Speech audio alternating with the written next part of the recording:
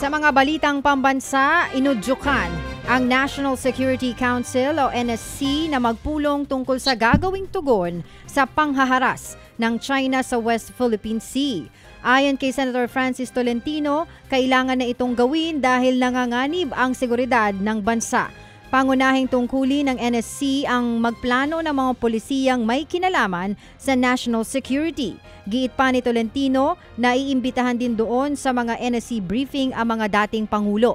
Dapat na rin daw pag-aralan kung kailangan ng pairalin ang Mutual Defense Treaty sa pagitan ng Pilipinas at Amerika.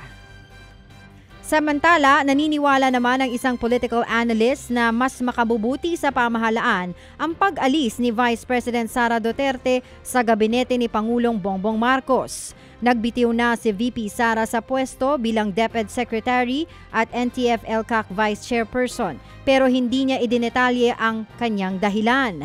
Sa panayam sa programang ito, sinabi ni Professor Richard Heydarian na mas makakakilos na ang pamahalaang Marcos lalo na sa usapin sa West Philippine Sea.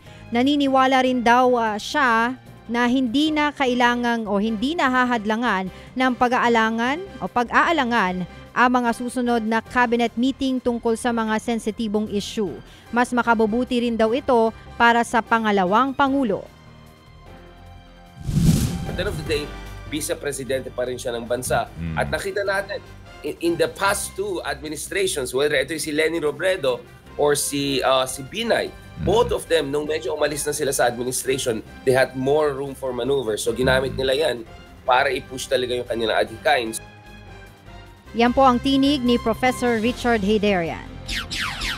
Mahigit 100 lugar sa bansa ang posibleng makaranas ng pagbaha at mga landslides sa weak La Nina pagdating ng Agosto. Hindi pinangalanan ng DENR ang mga apektadong lugar pero pinag-uusapan na raw nila ito. Inatasan na rin ng ahensya ang Mines and Geosciences Bureau o MGB na tiyakin ang paghahanda ng bansa sa napipintong La Nina. Sinabihan na rin daw nila ang mga lokal na pamahalaan na pangaralan ang kani-kanilang mga residente tungkol sa paparating na panahon.